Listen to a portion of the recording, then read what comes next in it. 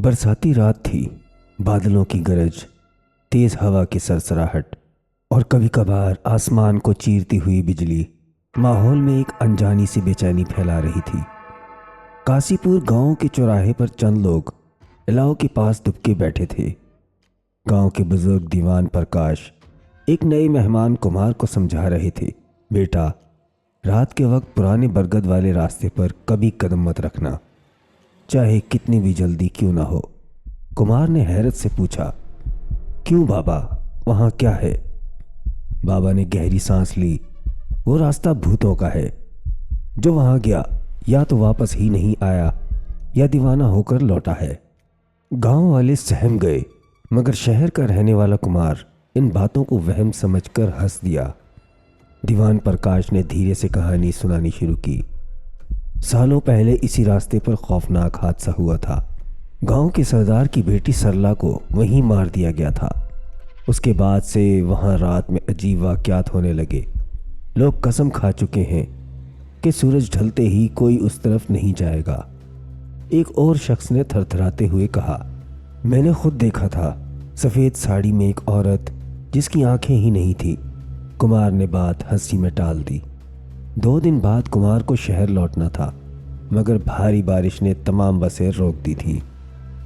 गांव के एक लड़के रोहन ने कहा, भैया, अगर जल्दी जाना है तो बरगद वाले रास्ते से चले जाओ, वो रास्ता छोटा है। कुमार ने हिचकिचाते हुए कहा, पर बाबा तो मना कर रहे थे। रोहन बोला, अरे वो सब पुरानी बातें हैं, डर किस बात का। कुमार ने सोचा वक्त बचेगा और रात तकरीबन 9 बजे वो टार्च लिए अकेला निकल पड़ा।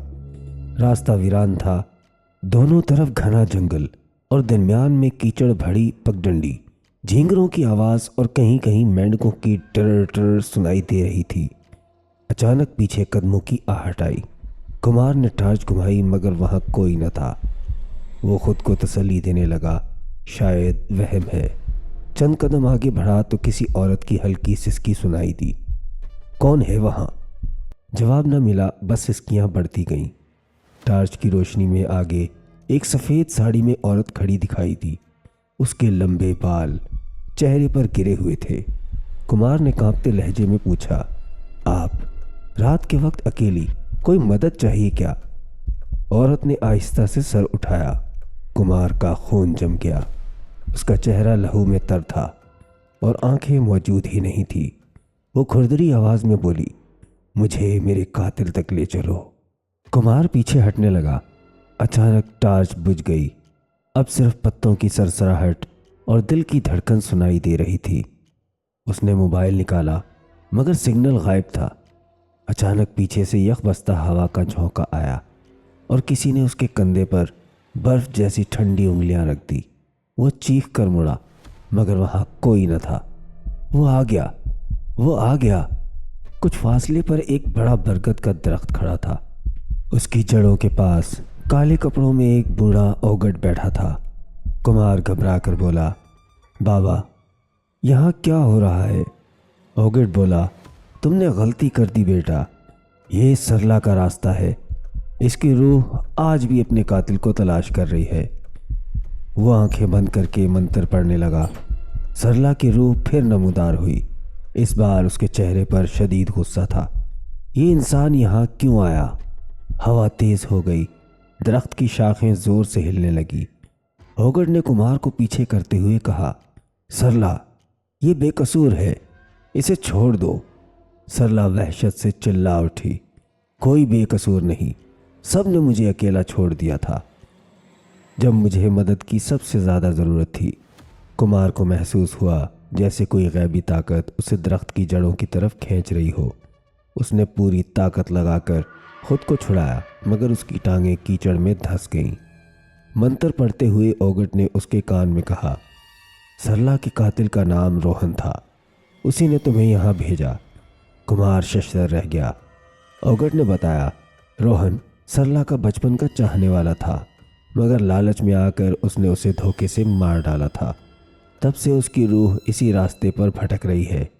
अचानक रोहन दूर से नजर आया। वो चिल्ला रहा था, आखिर पकड़ ही लिया। रोहन पलट कर भागा। मगर दरख्त की जड़ें जिंदा होकर उसके पैरों में लिपट गईं। सरला की रूह उसकी तरफ बढ़ी और पल भर में रोहन की चीखें घने जंगल में गूंजती रहीं। फिर अचानक हर तरफ खामोशी छा गई। सरला ने सर्द लहजे में कहा, मैं जा रही हूँ, मगर ये रास्ता हमेशा याद रखिएगा कि धोखे का अंजाम क्या होता है। ये कहकर उसकी धुंध भरी परछाई धुएं में बदलकर गायब हो गई। ओगट ने कुमार को गांव तक छोड़ दिया। अगली सुबह खबर फैल चुकी थी कि रोहन लापता है। कुमार ने किसी को सच न बताया, मगर जैसे ही वो उस रास्ते के बारे में सोचता, उसकी रूह तक कांप जाती। दीवान प्रकाश बाबा की बात उसके कानों में झुंझती रहती। बेटा, रात में पुराना बरगद वाला रास्ता कभी मत लेना। 6 माह बीत चुके थे। कुमार अब शहर लौट चुका था, मगर रात में वो अक्सर डर कर जाग जाता। हर बार वही ख्वाब, पुराना बरगद और सरला की खोंच का आंखें। एक दिन अचानक उसे गांव से एक चिट्ठी मिली और लिखने वाले थे दीवान प्रकाश बाबा। बेटा कुमार, यहाँ फिर से अजीब वाक़यात हो रहे हैं। लोग कहते हैं सरला की रूह वापस आ गई है। हमें तेरी मदद चाहिए। कुमार के दिल में खौफ था, लेकिन उसने लौटने का फैसला किया। उसे लगता था जैसे कोई और काम बाकी है। वो रात में ही काशीपुर पहुंचा। चौराहे पर गुप्त सन्नाटा था। ठंडी हवा में एक सड़ांत सी घुली हुई थी। दीवान प्रकाश बाबा उसका इंतज़ार कर रहे थे। कुमार, तेरे जाने के बाद 3 लोग उस रास्ते से गायब हो गए। कुमार ने हैरत से कहा, मगर सरला तो रोहन को लेकर जा चुकी थी। बाबा ने धीरे से कहा, हमने भी यही समझा था बेटा, मगर उसकी रूह अब पहले से ज़्यादा ताकतवर हो गई। इतने में एक शख्स कमलेश हाँफता हुआ आया। बाबा, कालू चरवाहा आज शाम उसी रास्ते पर गया था, अब तक वापस नहीं लौटा। कुमार ने गहरी सांस ली। ठीक है, मैं आज रात वहीं जाऊंगा, मगर अकेला नहीं। कोई चाहिए जो रास्ता जानता हो। कमलेश ने डरते डरते कहा, मैं चलूंगा, मगर कुछ हुआ तो मैं भाग जाऊंगा। दीवान प्रकाश बाबा ने दोनों को तांत्रिक गुरुदत्त के पास भेजा, वही जो पहले भी कुमार की मदद कर चुका था। गुरुदत्त ने संजीदगी से कहा, इस बार सरला अकेली नहीं, उसके साथ और भी रूहें हैं। ये लो, ये लाल धागा बांध दो। रात के ठीक 10 बजे कुमार और कमलेश लाल धागा पहने बरगद वाले रास्ते पर रवाना हुए। बारिश थम चुकी थी, मगर कीचड़ अब भी जगह जगह था। दरख्तों से टपकता पानी खौफ को बढ़ा रहा था। भैया, हमें जल्दी करनी चाहिए। हाँ, मगर होशियार रहना, कुमार ने सरगोशी की। चंद कदम बाद अचानक वही यखबस्ता झोंका आया, जिसे कुमार पहले महसूस कर चुका था। उसकी रीढ़ की हड्डी तक लरस गई। टार्च की रोशनी में कुछ चमका। कुमार ने देखा, दूर एक लड़की झूले पर बैठी थी, सफ़ेद कपड़ों में, चेहरा धुंध में डूबा हुआ। कालू, क्या तुम हो? लड़की आहिस्ता से झूले से उतरी और उनकी तरफ बढ़ने लगी। धुंध हटी तो सामने सरला थी, मगर उसका आधा चेहरा गल चुका था। वापस आ गए, अच्छा किया। अचानक चारों सिमतों से सरगोशियां उभरने लगीं। हमें भी आज़ाद करो, आज़ाद करो, हमें भी आज़ाद करो। दरख्तों के पीछे से साए निकलने लगे, जिनके चेहरे इंसानों जैसे, मगर आंखें खोखले गड़ों जैसी थीं। कमलेश कांप कर बोला, ये कौन है? सरला गुरूर से बोली, ये मेरे जैसे हैं, जिन्होंने धोखे में जान कमाई। अब ये मेरे साथ हैं। एक साया कुमार की जानिब लपका, मगर लाल धागे के करीब आते ही तड़प कर पीछे हट गया। सरला की हंसी जंगल में गूंजने लगी। सरला ने हंसते हुए कहा, कालू तो यही है मेरे साथ। इतने में सामने एक टूटे हुए गले वाला साया नमूदार हुआ। उसका सर टेढ़ा लटका हुआ था। कुमार फौरन समझ गया, ये कालू की रूह थी। अचानक पीछे से मंत्र पढ़ने की आवाज़ गूंजी। तांत्रिक गुरुदत्त हाथ में जलता हुआ दिया ले पहुंच गए। वो गरज कर बोले, सरला, तू फिर से बेगुनाहों का खून बहा रही है।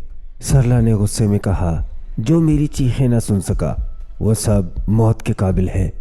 तांत्रिक ने ज़मीन पर एक दायरा बनाया और कुमार और कमलेश को उसके अंदर खींच लिया।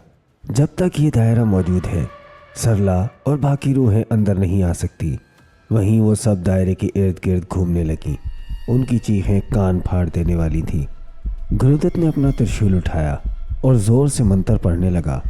अचानक बिजली चमकी और बरगद का दरख्त ज़ोर ज़ोर से हिलने लगा। अगर मैं न रहूं तो कोई बच नहीं पाएगा।